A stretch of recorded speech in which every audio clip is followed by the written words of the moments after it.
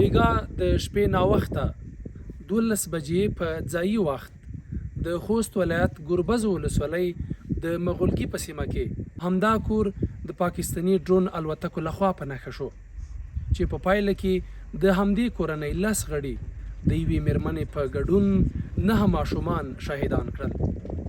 افغان حکومت سملاسي د پیښې تایید وکړ او ویل چې دا به ښې پایلې ونه لري. په وروسته کې د افغانستان حکومت د یوې لمحې په خپرولو سره ویلي چې د دې برید ځواب نه پرېږدي. ګڼو سیاستوالو هم دغه برید غندلی او دا یې د نړیوالو قوانینو خلاف عمل بللی دی. یوازې خوست نه و چې د پاکستاني ډرون الوتکو لخوا هدف وګرځول شو. د پکتیکا برمل او د هیواد ختیځ ولایت کونړ هم په نښه شوی و. هلته یوازې د ژوبلې خبرې وې.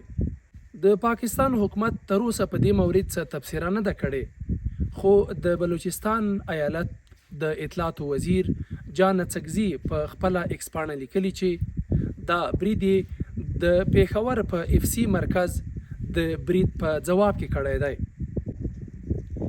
ځایي حکومتي چارواکو د جنازې په مراسمو کې خلکو او خبریالانو ته ویل چې د دې برید ځواب به نه پرېږدي او دا به بدې پایلې د دوی لپاره ولري. د ګوتڅنډنې په توګه ویلې چې دا ډول بریدونه به د حکومت د پرځېدو نتیجه وي. بزدلانه وحشیانه پیښې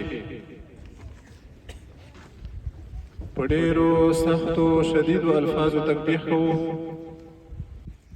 انشاءالله همدغه کړنې همدغه ظلمونه به د ده د پای ټکی ږدي انشاءالله. که نه انشاءالله د دې څاڅکي څاڅکي پوښتنه به کېږي او دغه به بې پوښتنې نه پاتې کېږي انشاءالله. د جنازې په مراسمو کې د کورنۍ یوه غړي ویل چې د یو ورور یې ټوله کورنۍ په بشپړه توګه له منځه تللې. یوازې دی چې په دوبۍ کې په سفر دی ژوندی پاتې دی. شهیدون شوي چې دي یوه مې وندیاردو او د اووه مې وریاري نه ورېرې دي او د دوې چې کومې دي دا مې زیلې نه دي لمسی مې دي. میر دوه کې رینا دي سایجي کې پوس په غره کې دی دا کوم برید چې په شوی دا پوس په غره کې دی دا کېرو نیم کېرو دوله دی. د شپې مې خبر شول چې په 11 بجې برید په شوی دی او نه په کېر کې داسې ستر تک ویغه نه سایجي داس برابر غونډې وړ کوي هغه په تکړه دی باچ داس شنه غونډې وړ کوي نه ټول وړل مشمون وي یو ځنه نه وځه ځنه د به سایجي یو زخمی دو او دا یو شهید شوی دو. له همدې برید وروسته دلته یوه ځایي عیني شاهد راته بیا داسې کیسه کوله. پاکستاني ډرون الوتکه یو څو دورې ووهلې موږ داسې په ویره کې وو مقصد موږ مخکې له مخکې ویښ پاتې وو.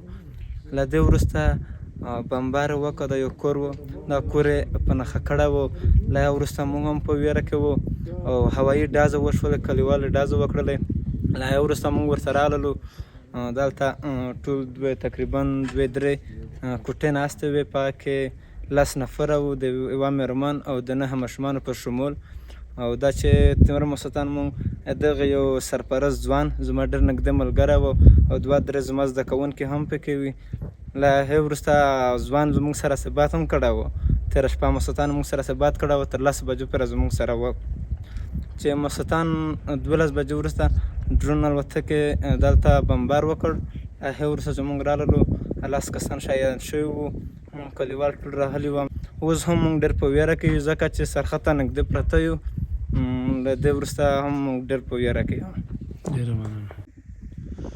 موږ دلته چې له ځایي خلکو سره غږېدو ویره ډېره خوره وه او اندېښنه یې لرله چې ګواکې دا به وروستی برید ونه اوسېږي او دوی دا خبره هم په ډاګه کوله چې ممکن د دې ویرې له امله دا ځای او کلی د څه وخت لپاره پرېږدي. شهید الله ځواک، ازمون راډیو، د خوست ګربزو مغولګۍ سیمه.